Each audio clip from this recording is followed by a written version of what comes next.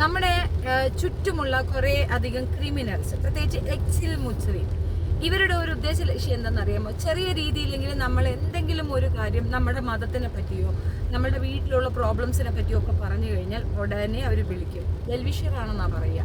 എന്നിട്ട് പയ്യെ അവർ പറഞ്ഞു തുടങ്ങും. നമ്മളറിയാതെ നമ്മളിലേക്ക് അവർ പയ്യെ പയ്യെ പയ്യെ അവരുടെ എച്ചുമുച്ചിരി മിസം കുത്തി കയറ്റും. ഇതാണ് പതിവ്. ഇങ്ങനെയാണ് ഇവർ കുറേ നാളായിട്ട് ആളെ പിടിച്ചുകൊണ്ടിരുന്നത്. അപ്പോൾ അതിനെ ഒരാൾ തടയിടുന്നത് കണ്ടപ്പോൾ ഭയങ്കര സന്തോഷം തോന്നി.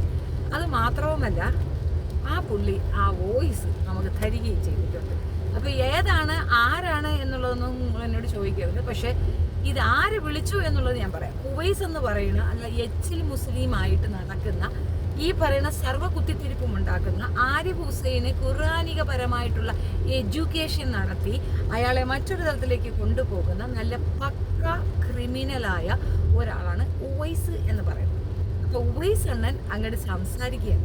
ഉവൈസ് അണ്ണൻ ഇടയ്ക്ക് എന്നെ ഒന്ന് എൻ്റെ അടുത്തൊരു കാര്യം പറഞ്ഞിട്ടുണ്ടായിരുന്നു. എൻ്റെ അടുത്ത് പറഞ്ഞാൽ അത്രയുള്ള ആളായിരുന്നു. നമ്മളുടെ കമ്മ്യൂണിറ്റി എന്ന് പറയുന്നത് ഇസ്ലാം കമ്മ്യൂണിറ്റി. അവർക്കിടയിലുള്ളവരെ മാത്രമേ സഹായിക്കുള്ളൂ, അവർ വേറെ ആരെയും സഹായിക്കത്തില്ല. എക്സ് മുസ്ലിമിൻ്റെ ഭീകരത നിങ്ങൾക്ക് അറിയില്ലേ? അവർ അനുഭവിക്കുന്ന ബുദ്ധിമുട്ട് നിങ്ങൾക്ക് അറിയില്ലേ? അങ്ങനെ ഒരു പെൺകുട്ടിക്ക് ഒരു ഭയങ്കര പ്രശ്നം നേരിട്ടിട്ടുണ്ടെങ്കിൽ നമുക്ക് അവരെ സഹായിക്കണം. എനിക്ക് NGOs ഒന്നും ഇഷ്ടമില്ല കേട്ടോ. അത് ആര് ചെയ്താലും എനിക്കിഷ്ടമില്ല. കമ്മ്യൂണിറ്റി ചെയ്താലും കമ്മ്യൂണിറ്റി അല്ലാത്തവർ ചെയ്താലും എനിക്കിഷ്ടമില്ല. അപ്പം ഞാൻ അതിനെക്കുറിച്ച് ഞാൻ ഓപ്പണായിട്ട് പറഞ്ഞ എനിക്ക് NGOസിനോടൊന്നും താല്പര്യമില്ല. അതുകൊണ്ട് ഞാൻ എന്തെങ്കിലും എനിക്ക് നേരിട്ട് ബോധ്യപ്പെട്ടാൽ മാത്രമേ ഞാൻ ചെയ്യുള്ളൂ, അല്ലാതെ ഒന്നും ചെയ്യാനൊന്നും പോകുന്നില്ല. അതുകൊണ്ട് എൻ്റെ അടുത്ത് അത് പറയണ്ട. എന്നിട്ടും ഞാനത് പിൻ ചെയ്തു വെച്ചു.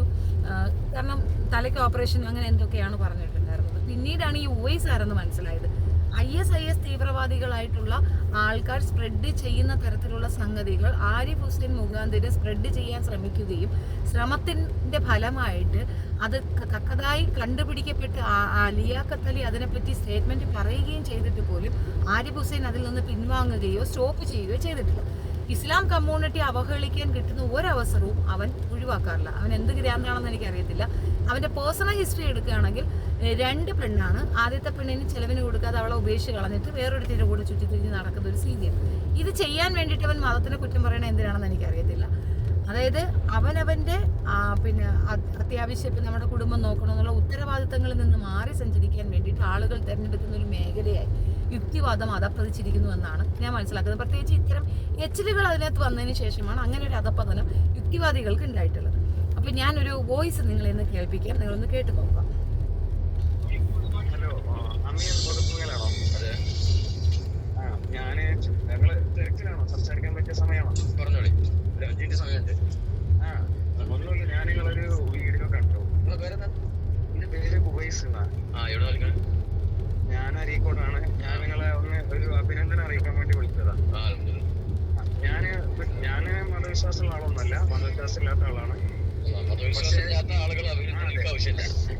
അല്ല, ഞാൻ പറയണെന്ന് വെച്ചാല് ഞങ്ങളെ മതത്തിനുള്ളിലുള്ള കാര്യങ്ങളല്ലേ ഞങ്ങൾ ചർച്ച ചെയ്യണത്. എന്താണ്?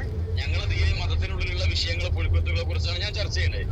അതെ, ഞാൻ പറഞ്ഞത് അത് ഈ മതത്തിന്റെ ഉള്ളിൽ തന്നെയുള്ള ആൾക്കാർ ഇങ്ങനെ ഈ തട്ടിപ്പോൾ എക്സ്പോസ് ചെയ്യുന്ന അതാണ് ഞാൻ ചെയ്യണത്. അതെ അതെ, അതാ ഞാൻ പറഞ്ഞത്. അത് അതിന് പൊതുവായിരിക്കും ഞാൻ പൊതുവെ ഇത്ര മതവിശ്വാസികളല്ലാത്ത ആളുകളെ അഭിനന്ദനം ഞാൻ സ്വീകരിക്കുന്നില്ല. എനിക്ക് താല്പര്യമില്ല. കാരണം ഞാൻ ഒരു ഉറച്ച മതവിശ്വാസിയാണ്. അള്ളാഹുവിൽ വിശ്വസിക്കുന്ന ആളാണ്, ഇസ്ലാമിൽ വിശ്വസിക്കുന്ന ആളാണ്. അതുകൊണ്ട് തന്നെ അതിന്റെ ഉള്ളിൽ നിന്നുകൊണ്ട് ആ പ്രമാണങ്ങളുടെ ഉള്ളിൽ നിന്നുകൊണ്ട് പോരാടുന്ന ഒരാളാണ്. ഞാൻ ലളിതമായ ഉദാഹരണം എനിക്ക് പറഞ്ഞുതരാം. എന്താണ് ഒരു ലളിതമായ ഉദാഹരണം നിങ്ങൾക്ക് പറഞ്ഞുതരാം? നിങ്ങൾക്ക് ഭാര്യ മക്കളൊക്കെ ഉണ്ടാവും. നിങ്ങളെ മക്കൾ എന്തെങ്കിലും കുരുത്തക്കേട് കാണിച്ചു കഴിഞ്ഞാൽ നിങ്ങൾ തല്ലിയ വഴക്കരൊക്കെ ചെയ്യാണ്. അത് കണ്ട് റോട്ടിൽ കൂടി പോണ ഒരു മദ്യപാനി എന്നിട്ട് വളരെ ഉഷാറായിട്ട് നിങ്ങളെ തോളം അഭിനന്ദിച്ചാൽ ഇഷ്ടപ്പെടും ഇല്ലല്ലോ? തീർച്ചയായിട്ടും ആണെങ്കിൽ പോലും അതിന്റെ കുടുംബകാരിയാണ് ജയിൽ ഇടപെടണമെന്ന് പറയില്ല മദ്യപാനിനോട്. അത്രേ ഉള്ളൂ. ഞാൻ ആ ഒരു സ്റ്റാൻഡിൽ നിൽക്കുന്ന ആളാണ്. ഓക്കെ, എന്നാലും ഇൻഷാ അല്ലാഹ്. ആയിക്കോട്ടെ. സംസാരിക്കാൻ താല്പര്യമില്ല എന്ന് പറഞ്ഞിട്ട് തൂക്കി കളഞ്ഞിട്ട് പുള്ളിയുടെ വഴിക്ക് പോയി. സൂപ്പർ ബ്രോ, ആരായിരുന്നാലും നിങ്ങൾ ചെയ്തത് അത്രയോ നല്ലൊരു കാര്യമാണ്. കാരണം നമ്മുടെ കുഞ്ഞുങ്ങളെ അല്ലെങ്കിൽ നമ്മുടെ സഹോദരങ്ങളെ ഉപദേശിക്കുക നമ്മൾ 3rd പേഴ്സൺ ആവശ്യം വേണ്ട. അതാണ് ഞാൻ എപ്പോഴും പറയുന്നത്. നമ്മുടെ വീട്ടിലുള്ള ബുദ്ധിമുട്ടുകൾ നമ്മൾ നമ്മുടെ വീട്ടുകാരോട് പറയുന്നു, കുടുംബക്കാരോട് പറയുന്നു എന്നതിനപ്പുറം അതിലൊരു 3rd പേഴ്സൺ വന്നിട്ട് അവിടെ വർത്തമാനം പറയേണ്ട കാര്യമില്ല. ഞാനും ഇതൊക്കെ വീട്ടിൽ പ്രാവർത്തിയാക്കുന്ന കാര്യമാണ്. എൻ്റെ വീട്ടിൽ എന്തെങ്കിലും ബുദ്ധിമുട്ടുണ്ടെങ്കിൽ ഞാൻ പറയാറുണ്ട്. അതിനൊരു 3ാമതൊരു മനുഷ്യനെ അവിടെ കൊണ്ടുവന്ന് കയറ്റുന്ന പരിപാടി എനിക്കില്ല. അതിൻ്റെ താല്പര്യമില്ല. അയലത്തുകാരൻ വന്നല്ല എൻ്റെ വീട്ടിലെ പ്രശ്നങ്ങൾ പരിഹരിക്കേണ്ടത്. എൻ്റെ വീട്ടിലപ്പോൾ എല്ലാം തികഞ്ഞവരൊന്നുമല്ല, പല പ്രശ്നങ്ങളും ഉണ്ടാകും. അതേപോലെ തന്നെ മതത്തിലും പല പ്രശ്നങ്ങളും ഉണ്ടാകും.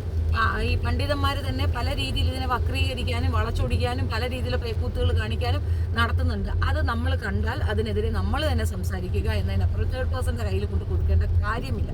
നമുക്കിടയിലുള്ള പ്രശ്നങ്ങൾ പരിഹരിക്കാനും സംസാരിക്കാനും നമ്മൾക്ക് തന്നെ ആരോഗ്യമുണ്ടല്ലോ, നമ്മൾ ചെയ്യുന്നതാണ് അതിൻ്റെ ശരി. ഇതേപോലെ ഇങ്ങനെ പറയുന്നവരെ ടാർഗറ്റ് ചെയ്തുകൊണ്ട് ഇടയിൽ കുത്തിക്കയറുന്ന വിഷജന്തുക്കളെ നീക്കി നിർത്താൻ നമ്മൾ പഠിക്കണം. പ്രത്യേകിച്ച് ഇസ്ലാം കമ്മ്യൂണിറ്റിയിലെ പെൺകുട്ടികൾ പഠിക്കണം. നിങ്ങളുടെ ചാനൽ കാണുമ്പോൾ, നിങ്ങളുടെ ചില ഇത് കാണുമ്പോൾ അതിനെ ഏറ്റുപിടിച്ചുകൊണ്ട് ഓടിയെടുക്കുന്ന അവരോട് നിങ്ങൾ കാണിക്കേണ്ട വിമുഖത, സംസാരം വളരെ സന്തോഷപൂർവ്വമായിട്ട് താല്പര്യമില്ല സഹോ, വെച്ചിട്ട് പണി നോക്ക് എന്ന് പറഞ്ഞ് ഒഴിവാക്കുകയാണ് വേണ്ടത്. ഇത്തരക്കാരെ അദ്ദേഹം ഉപമിച്ചതുപോലെ തന്നെ മദ്യപാനിയായ ക്രിമിനലിൻ്റെ അടുത്ത് ഞാൻ എൻ്റെ കുടുംബത്തിൻ്റെ കാര്യം ഡിസ്കസ് ചെയ്യേണ്ട കാര്യം എന്താ എന്ന് പുള്ളി ചോദിച്ചതിലുണ്ട് അതിൻ്റെ മറുപടി എന്നാണ് എനിക്ക് പറയാനുള്ളത്. സോ നിങ്ങളുടെ അഭിപ്രായം കമൻറ്റിൽ രേഖപ്പെടുത്തുക. എനിക്കും ഇങ്ങനെ ഒരു അവസ്ഥ ഉണ്ടായിരുന്നു, പക്ഷേ നമുക്കത് പറയാൻ പറ്റിയിട്ടില്ല. അതുകൊണ്ടാണ് ഞാൻ മറ്റു പെൺകുട്ടികളോട് പറയുന്നത്, നിങ്ങളത് പറയണം. നിങ്ങൾക്ക് അങ്ങനെ ഒരു അവസ്ഥ, ഇപ്പോൾ വീട്ടിൽ ചില സ്വാതന്ത്ര്യങ്ങൾ നമ്മൾ നിഷേധിക്കും. ആ സ്വാതന്ത്ര്യം എന്തുകൊണ്ട് നിഷേധിക്കപ്പെടുന്നു എന്ന് ചോദിച്ചാൽ അതിനവനെ ഉത്തരം പറയാൻ കഴിഞ്ഞില്ലെങ്കിൽ പോടാന്ന് പറയാനുള്ള ധൈര്യം നമ്മളും കാണിക്കണം. അതേസമയം അത് എനിക്ക് സ്വാതന്ത്ര്യം ഇല്ല കേട്ടോ, എനിക്ക് സ്വാതന്ത്ര്യം ഉണ്ടാക്കി തായോ കേട്ടോ എന്ന് പറഞ്ഞുകൊണ്ട് അയലത്ത് പോയി പറയരുത്. അതിൻ്റെ ആവശ്യമില്ല. അത് ചോദിക്കാനുള്ള ആർജവും തൻ്റെയോ നിങ്ങളിൽ നിങ്ങൾ തന്നെ ഉണ്ടാക്കിയെടുക്കണം. കാരണം ഇത് നിങ്ങളുടെ തന്നെ ജീവിതമാണ്.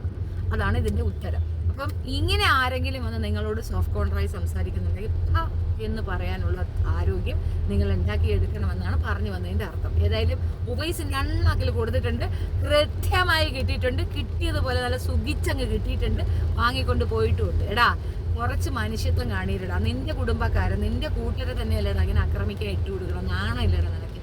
ഒരല്പം മനസാക്ഷി, ഒരു അല്പമെങ്കിലും ഒന്നുമില്ല, അങ്ങേ താളം അടിച്ചുകൊണ്ട് നടക്കുകയാണ്. അവൻ വിശ്വാസിയല്ല. നിനക്ക് എന്താണ് വിശ്വാസം പോയത്? നീ നിന്റെ അപ്പനെ വിശ്വസിക്കുന്നില്ലേ? നിന്റെ അമ്മച്ചിയെ വിശ്വസിക്കുന്നില്ലേ? ഇതൊന്നും വിശ്വാസമായിട്ട് നിനക്ക് വരുന്നില്ലേ? ശാസ്ത്രബോധം കൊണ്ടാണോ നിനക്ക് ഇതൊക്കെ വന്നത്? തോന്നിവാസം, കള്ളും കുടിച്ച് കഞ്ചാവ് പിടിച്ച് പെണ്ണും പിടിച്ച് നടക്കാൻ വേണ്ടിയിട്ട് മതത്തിനെതിരെ നടക്കുക. അൽ തക്കാളി. Thank you.